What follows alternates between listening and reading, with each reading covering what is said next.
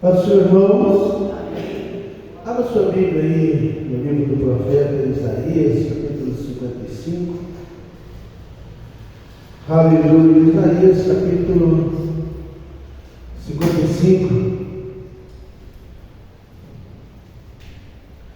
Sei que Deus tem uma palavra para você ainda nesta noite. Aleluia. Isaías 55, versículo 1. Todos acharam? Lemos assim: ó vós todos os que têm sede, vinde às águas. Os que não têm dinheiro, vinde, comprai e comei. Sem dinheiro, sem preço, vinho e leite. Porque gastais o dinheiro naquilo que não é pão, o produto do vosso trabalho naquilo que não pode satisfazer. Ouve-me atentamente, comei o que é bom, e a vossa alma se deleite com a gordura. Inclinai os vossos ouvidos e vinde a mim, ouve, e a vossa alma virá. E convosco farei uma aliança perpétua, dando as firmes beneficências de Davi. Eis que eu o dei por testemunho aos povos, como líder e governador dos povos. Eis que chamarás a uma nação que não conheces, e a uma nação que nunca te conheceu.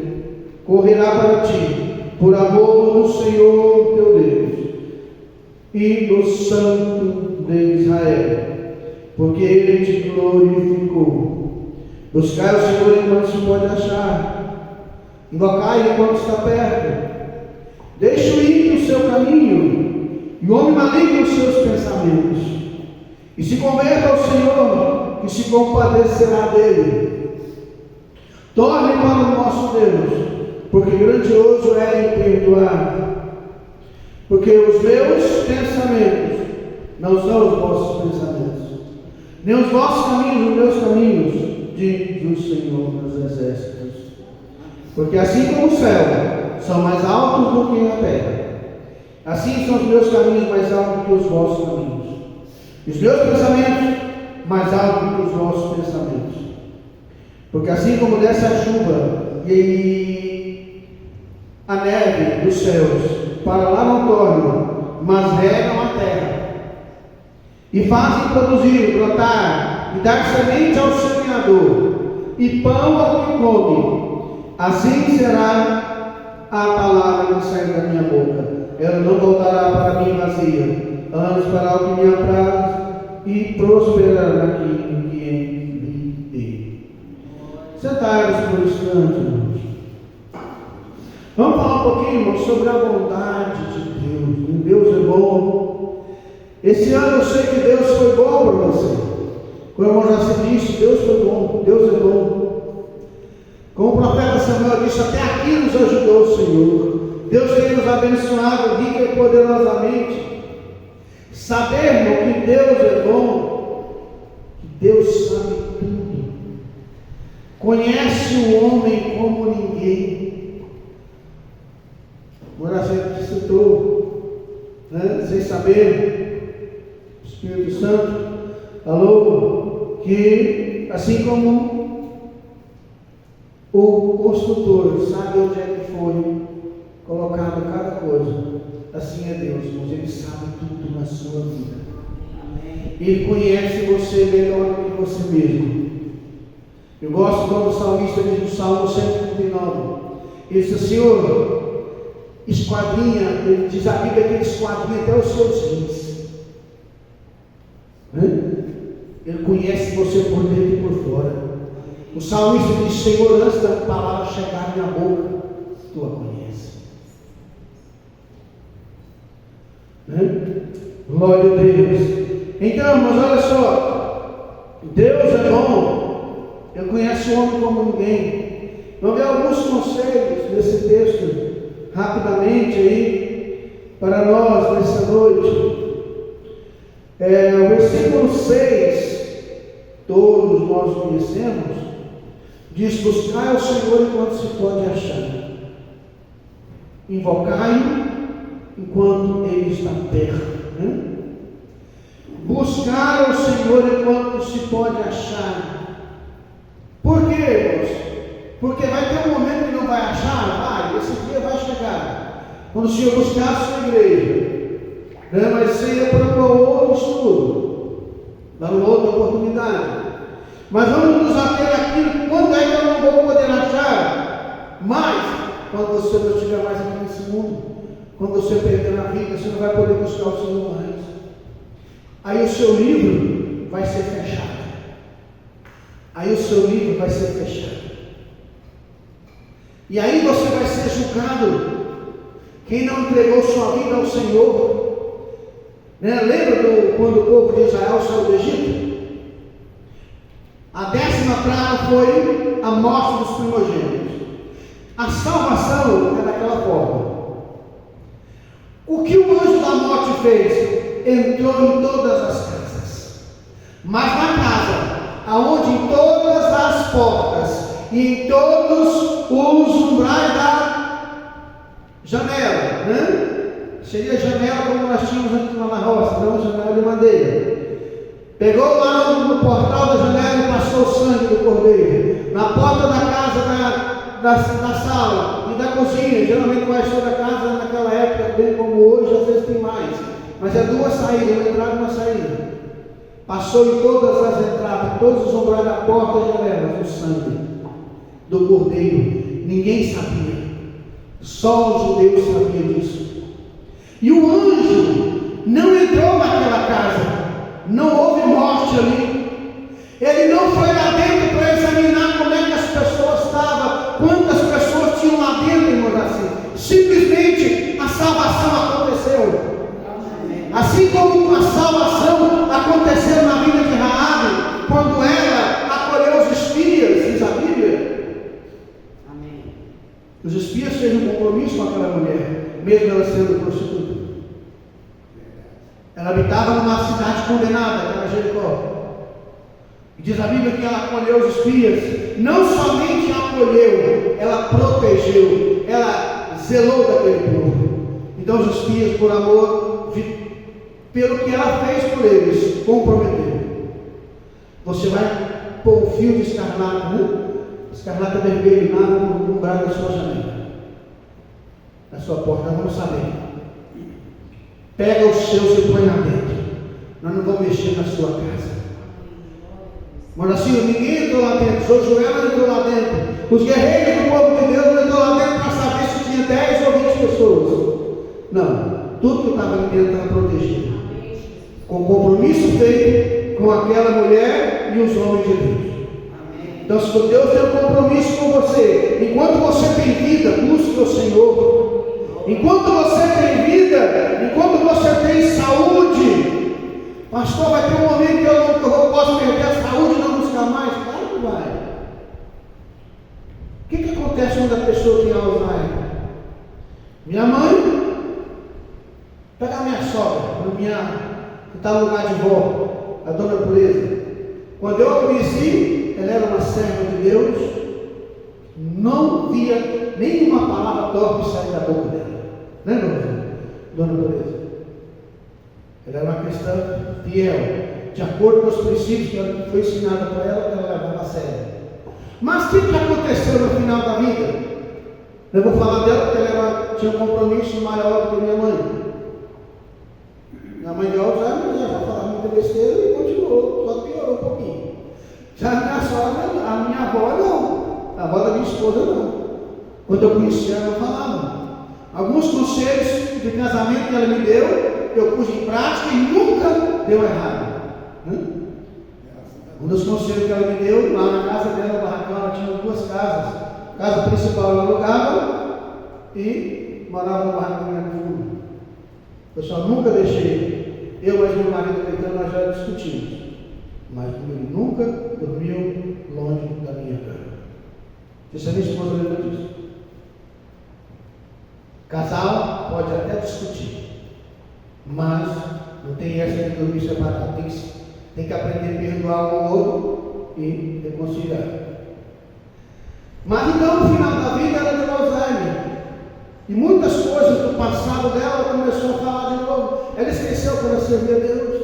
Ela esqueceu que ela não era mais professora e ela começou a agir como se fosse professora, né? Começou a falar coisas que não devia.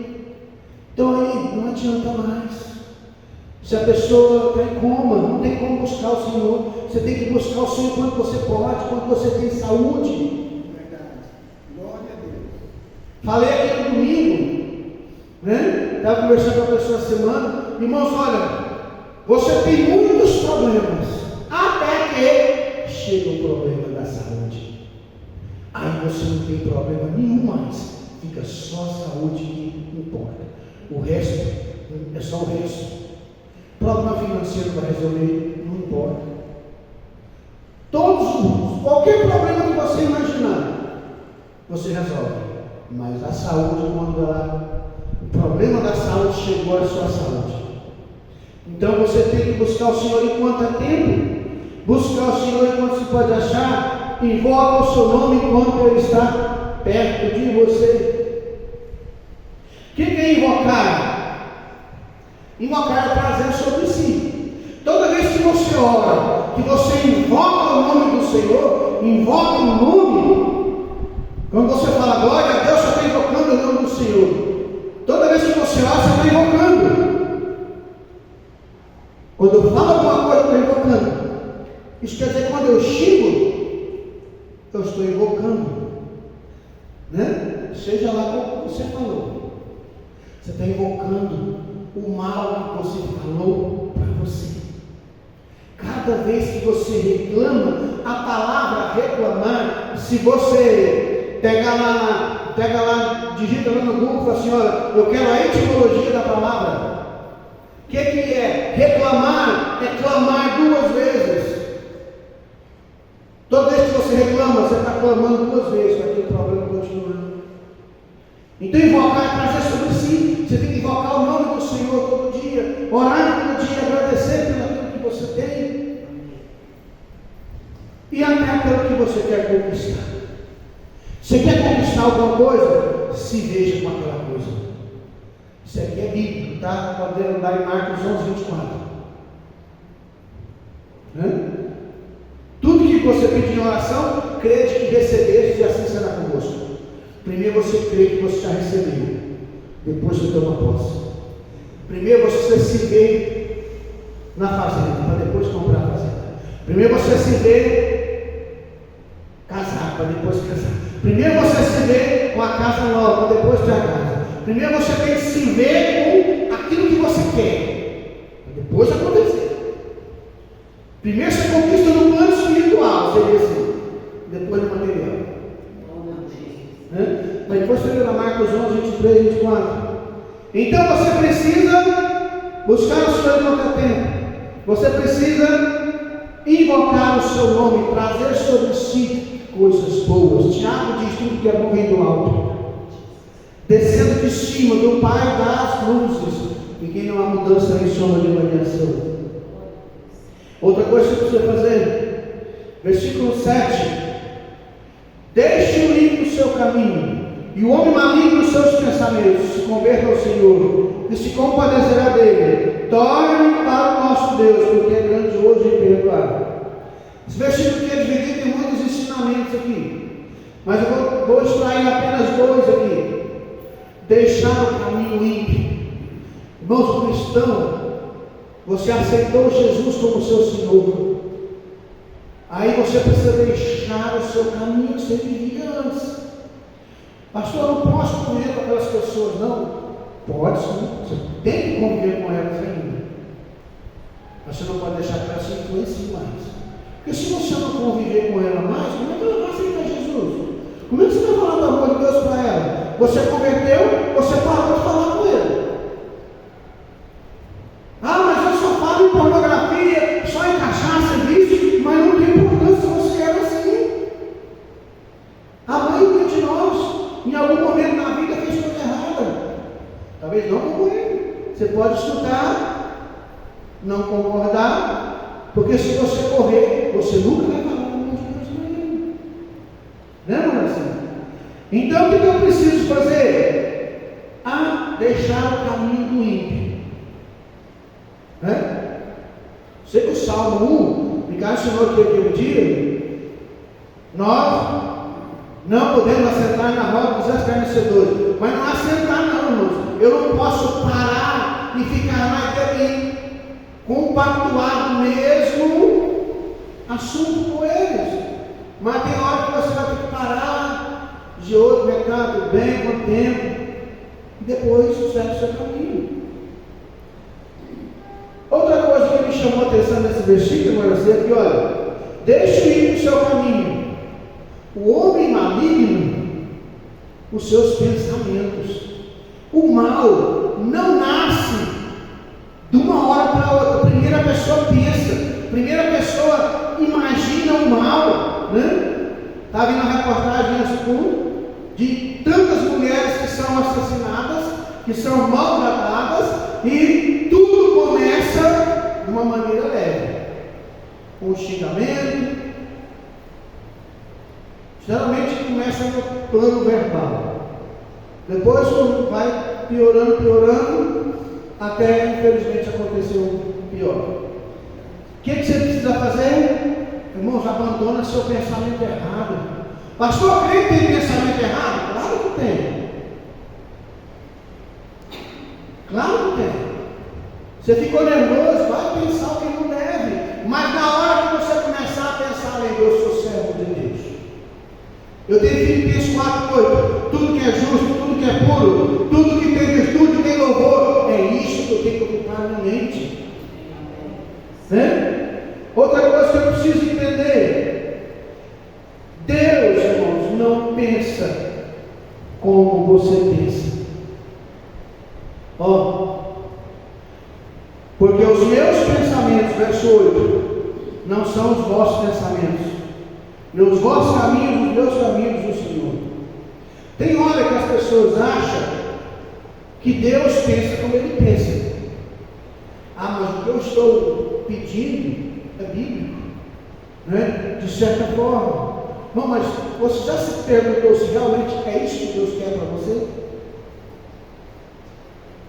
Será que é isso que Deus quer para você? Será que é realmente assim que Deus vai agir? Eu vi um judeu falando isso, disse, olha, por que eu vou obedecer quando Deus manda não comer porco, como eles falam, que é carne de porco, quando não comer porco? Por que eu não posso comer? Porque Deus falou. Deus sabe mais do que eu não tenho que questionar, eu tenho que obedecer. Simples assim. A palavra de Deus não tem que ser obedecida. Então eu preciso entender que os meus caminhos não são os caminhos do Senhor. O que eu penso não é o que Deus pensa. Por mais que eu ore, que eu clame, que eu busque, eu preciso. Tem coisas que eu quero, tem coisas que eu sei que eu quero. Senhor, eu estou trabalhando, eu estou estudando, eu quero chegar naquele lugar, eu quero prosperar, eu quero crescer. Você pode orar, determinar, buscar e você vai chegar. Mas tem coisas que você não sabe. Tiago diz: se o Senhor permitir, faremos isso ou aquilo, né? Porque os caminhos do Senhor é diferente. Olha só o que Jeremias passou, olha só o que Elias passou, olha só o que o apóstolo Paulo passou. Para cada um Deus trata de uma maneira. Pare de achar que algo que você está orando é a vontade de Deus. Eu disse aqui o Salmo 139, e eu vou pegar aqui para você ver. Salmo 139. Eu vou te mostrar que Davi entendeu que ele não conhecia nem seu coração. Ele não sabia nem como é que era o coração dele. Salmo 139, verso 23. Olha só, Davi não conhecia nem o coração dele. Salmo 139, versículo 23. Sonda-me, ó Deus, conhece o meu coração, prova-me, conhece os meus pensamentos. Vê se há em mim algum caminho mau e me guie pelo caminho eterno. Agora, irmão, se você pegar esse mesmo Salmo 139, se você olhar nele, bem no começo, olha só, esse salmo, eu posso imaginar, não sei se Davi escreveu antes ou depois do pecado, mas ele não sabia que lá no coração dele, habitava adultério. Lá no coração de Davi habitava o que é o assassinato, que ele mandou matar o marido de Batseba. Então ele entendeu: olha, eu conheço o meu coração.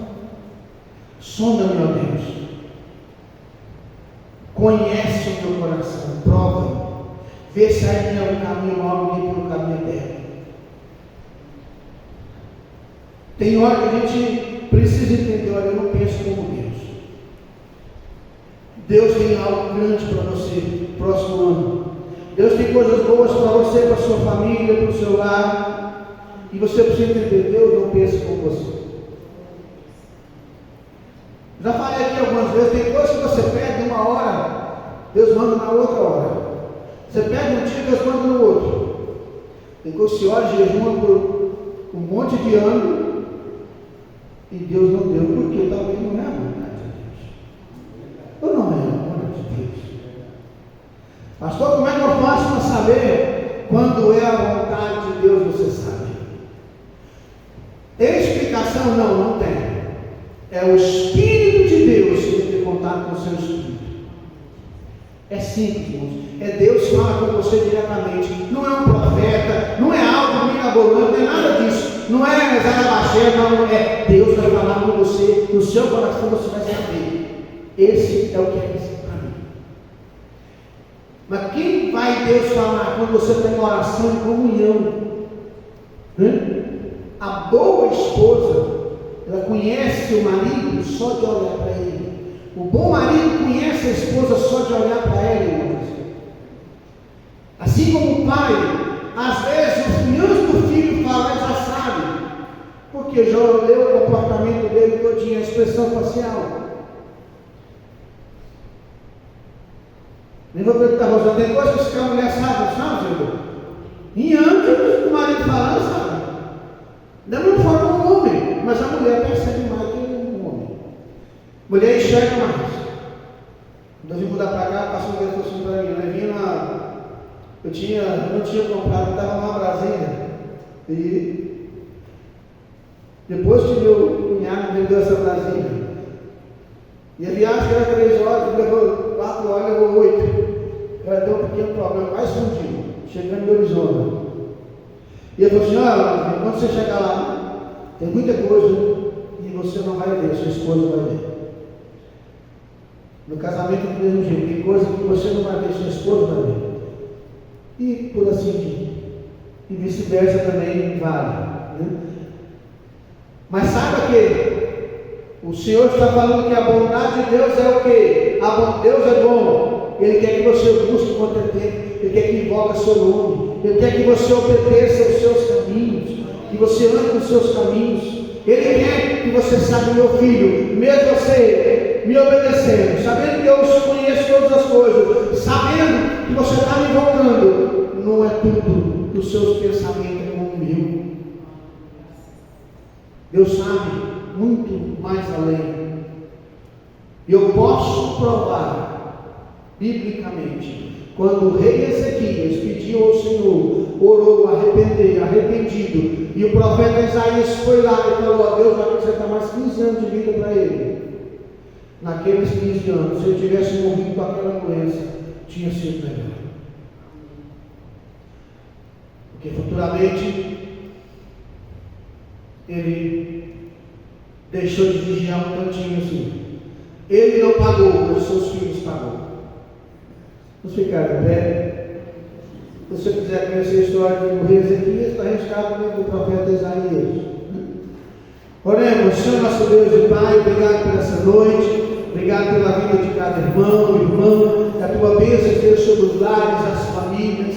Venha nos abençoar de uma maneira especial. Abençoa cada lar, abençoa o irmão que não pôde estar aqui hoje, que a tua graça esteja sobre o seu lar. Abençoa em nome de Jesus. O Senhor te abençoe e te guarde em nome de Jesus.